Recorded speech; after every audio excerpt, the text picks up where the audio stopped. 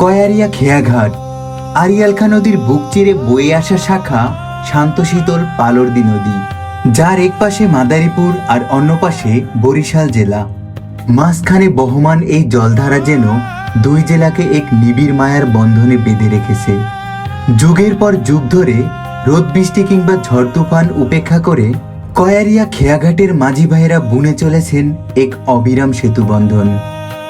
কালের বিবর্তনে পৃথিবীর অনেক কিছু বদলে গেলেও কয়ারিয়া খেয়াঘাটের মাঝি ভাইদের জীবনযুদ্ধ আজও থামেনি।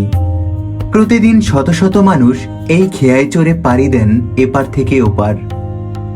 নদী হয়তো ঋতু ভেদে তার রূপ বদলায়, কিন্তু কয়ারিয়া খেয়াঘাটের মাঝিদের বৈঠার ছন্দময় শব্দ আর ঘরমুখী মানুষের ফেরার তারা আজও অমলিন হয়ে আছে এই পুরনো ঘাটে। এই খেয়াঘাটের সাথে মিশে আছে ঐতিহ্যের কয়ারিয়া হুরার বাজার বা ফকিরের হাট। মূলত এই বাজারের বুক চিরে বয়ে যাওয়া পথটিই মিশে আছে নদীর খেয়াঘাটে।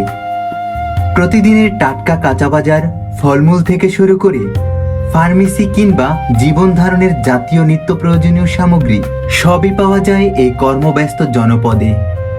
বাজারের মধ্যে দিয়ে চলে যাওয়া এই প্রধান রাস্তাটির একপাশে সগৌরবে দাঁড়িয়ে আছে এসপিএস হাই স্কুল ও কারিগরি কলেজ।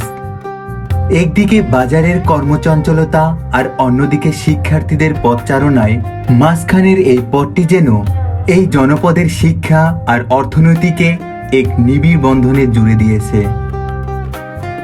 আমি জানি প্রবাসে থাকা ভাইদের কাছে নিজ গ্রাম মানেই এক টুকরো কলিজা।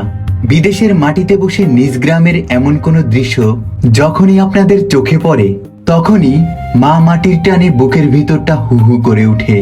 প্রবাসের শতব্যস্ততার মাঝেও কয়ারিয়া খেয়াঘাট আর হুরার বাজারের এই চিরচেনা দৃশ্যগুলো নিশ্চয়ই আপনাদের খুব মিস করায়। ভিডিওটি দেখার জন্য অসংখ্য ধন্যবাদ। যারা বর্তমানে গ্রামে আছেন তারা দয়া করে ভিডিওটি শেয়ার করে দিন, যাতে আপনার একটি শেয়ারের মাধ্যমে প্রবাসে থাকা আমাদের ভাইয়েরা তাদের প্রিয় জনপদের এই মায়া দেখার সুযোগ পায়।